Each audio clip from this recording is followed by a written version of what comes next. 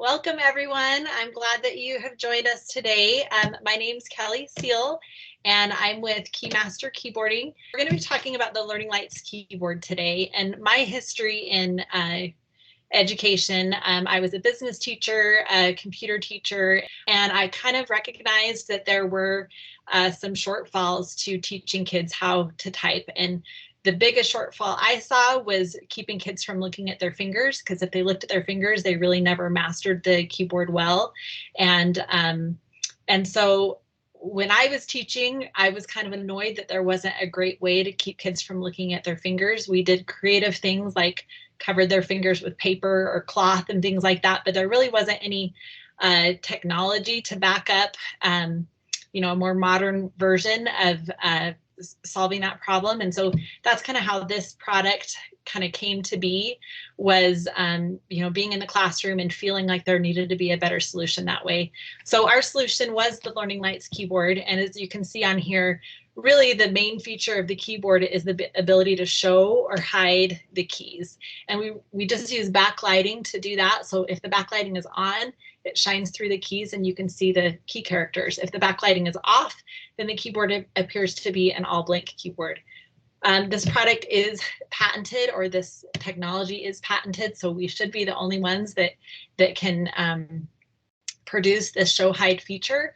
And so I'd like to share more with you guys today about our product and really maybe educate you a little bit about the importance of keyboarding education, so you can kind of put yourselves in the teacher seat or in the administrator seat of why teaching touch typing is important. Something that I share with teachers and schools a lot is that typing is a foundational skill. It's just like reading and writing. It's something that we need early on, and something that's going to carry on with us throughout our high school career and even beyond into our professional careers. If we take the time to develop that skill, it's going to benefit us for our whole lives. On the other hand, if we never had the opportunity to properly develop that skill, it's going to kind of work against us, throughout our high school or throughout our educational career and beyond. And so typically we kind of have two different categories of people: someone that has developed that skill and they feel like it's been an asset for them throughout their lives, and then others who really never developed that skill as well as they should have, and maybe it's a little bit of a liability for them. It's something that they wish that they would have done. So as I taught keyboarding, I really kind of identified that there was one biggest problem as to why a student might not be able to properly master touch type mastery or touch typing. And really the number one reason why that might happen is that kids are looking at their fingers when they're learning to type rather than memorizing the keys, which is really the intention. You really can't achieve those high levels of words per minute if you're looking at the keyboard. And so you can see our gentleman here. If you're looking down at the keys, you're really never going to achieve high levels of typing, right? And what we want is this girl over here on the right using our Learning Lights keyboard, that she is typing by touch, okay? And that's what's going to help her to achieve those high levels of touch typing. So here again is our product, the Learning Lights keyboard. And we have tailored this keyboard for teachers and for students for a classroom environment as they're working on touch typing. So a few features about this product, I'll kind of run through these on the right. The main feature is that you can turn on or off key visibility at the touch of a button. Feature 2 on here is that you can show or hide keys, and it serves a dual purpose. So if you just need a standard computer keyboard, just leave the lights on and use it as a regular keyboard. But if you're doing touch type practice, then you can turn out the lighting. So it's a really fast transition between regular keyboard use and touch type practice. Feature 3 on here is compatible with all keyboarding programs. So teachers do need and students do need exercises, practice as they're learning to type. And so there's a lot of online software that teachers will use. That might be, maybe you're familiar with typing.com or edutyping.com, typesy.com. There's several different typing softwares out there. Whatever the teacher is using for their typing software, they can use the Learning Lights keyboard alongside that. The keyboard itself is standalone. It doesn't require a certain type of software for it to function properly. So a few other features teachers, the keyboard is customizable. So not only can you turn on or off the whole keyboard visibility, but you can specify which keys you want to show or hide. So, and that's this key right here. And maybe we'll practice using this in a minute, but that's your set key. So if you press that set key along with any other specific keys, it will turn on or off the visibility of individual keys.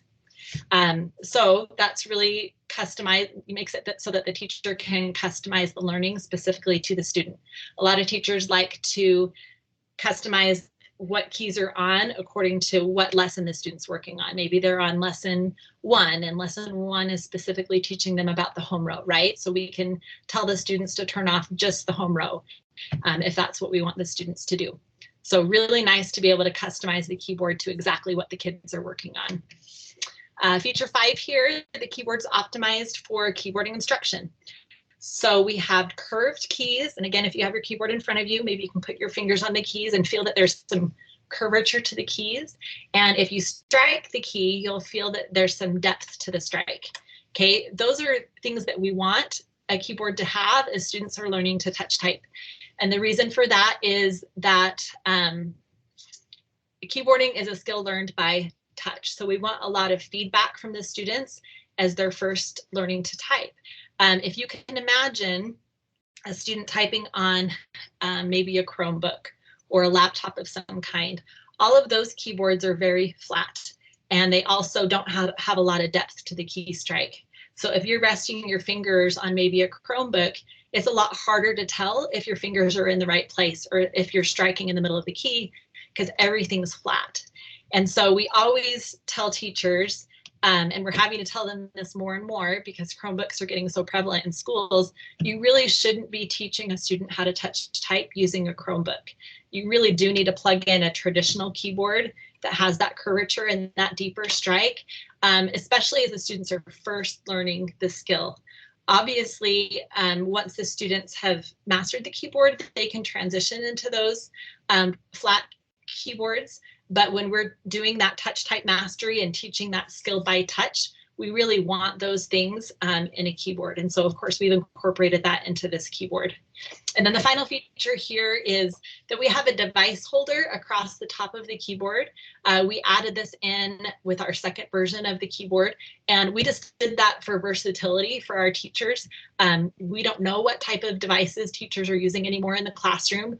And so, for example, a classroom that maybe uses iPads, that's easy enough for them to use the holder to place the iPad and plug in the keyboard and kind of simulate more of a traditional computer setting. So that's a nice feature that schools may choose to use if they need it. So ultimately, our goal is to eliminate the need for any kind of typing covers or skins or anything like that, and make the process of learning to touch type much simpler and eliminating some of those frustrating things for students and for teachers, and making that keyboarding practice a whole lot easier in the classroom. So with this slide, I really kind of just wanted to talk for a minute about the fact that this keyboard is a mechanical keyboard. I don't know if you guys know much about keyboards, but there's traditional keyboards, which are called membrane keyboards. Those are the kind of more inexpensive, mainstream keyboards that you would probably see in classrooms. And then more recently, mechanical keyboards are a different method of the hardware itself. It uses, you can see this image up here that shows that there's switches behind every key. So these are mechanical keyboards, and really all you need to know, if you don't know much about them, is mechanical keyboards are really a much higher quality than your traditional keyboard. And so as schools are purchasing these, that's something that they're appreciating, is just the really high quality level of the keyboards. We do have a 2-year warranty on the keyboards, and we expect them to last a lot longer than that. A few other things that I have in the circles down here, I mentioned that it's compatible with any keyboarding software that they use. If anyone's curious, the switches that we use in these keyboards are called red mechanical switches, and that may mean nothing to you, and that's okay. These are wired keyboards. We don't use wireless keyboards because in a classroom setting, it's not ideal to have a whole bunch of different wireless keyboards. That can kind of cause some problems. And then the keyboards are compatible with whatever operating system, whether it's Mac or Windows or Chrome, it's compatible with all of those. All right, the different keys on the keyboard, I'll try to run through really quick just so you understand how they work.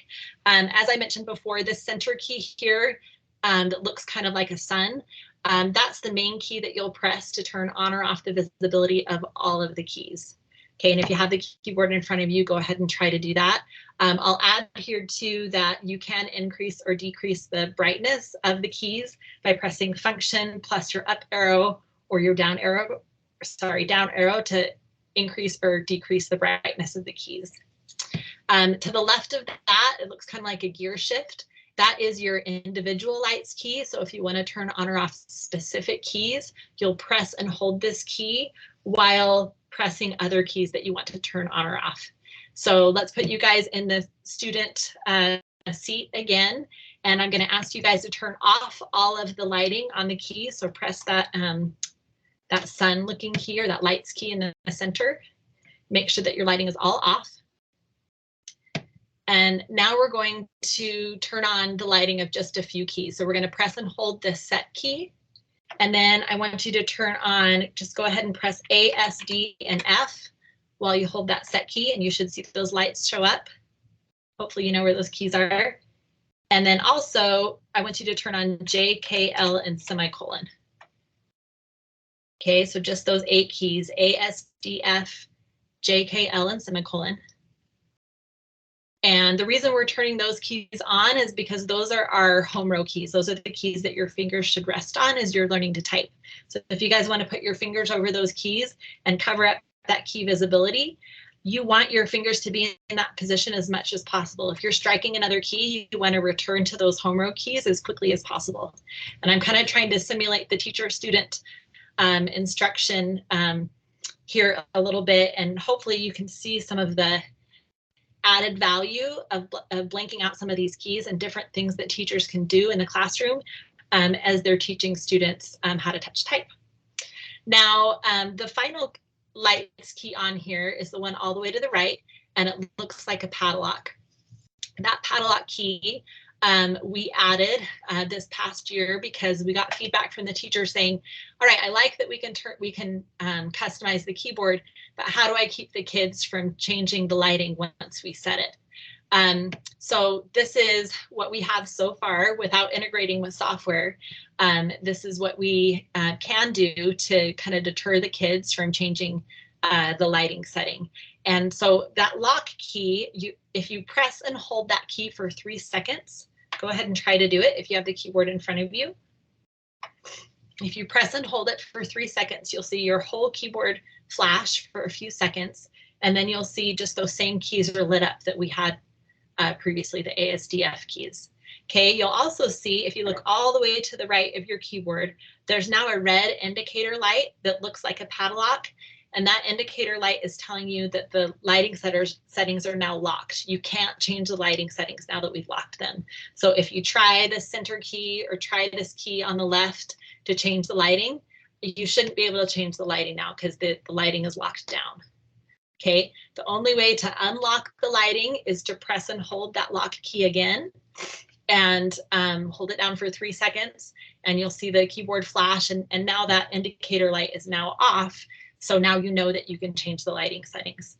So if I were the teacher at the beginning of class, I might tell my students, okay, here's the keys that we want to have showing or not showing today, you know, match it up with the lesson that we're doing for the day. And then to set the expectation that we're not going to change anything, I would ask my students to press and hold that lock key and say, okay, the keyboard's locked down. This is how it's going to be for the next 20 minutes. Okay, so as a teacher, you need to set that expectation and make sure the students understand that when the keyboard's locked down, that we're not changing anything. Just on a side note, we are working on integrating the keyboard with different software programs. So maybe in a year or two, we'll see that the keyboard can interact with maybe typec.com or whatever it is that they're using. That if you're on lesson 3 and lesson 3 is teaching, ASDF or whatever it may be, that the keys will automatically turn themselves on or off rather than the user needing to do it. So we are going in that direction. But for now, with the keyboard being standalone, we're going to use that lock key to create that expectation for our students.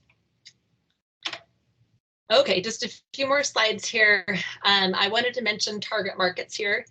Just so you're aware, the most common time that keyboarding is taught is in elementary grades or maybe middle school grades. Grades 3 through 6 in elementary, anything younger than 3rd grade, the kids' hands are a little bit too small and maybe too small to be doing a lot of typing instruction.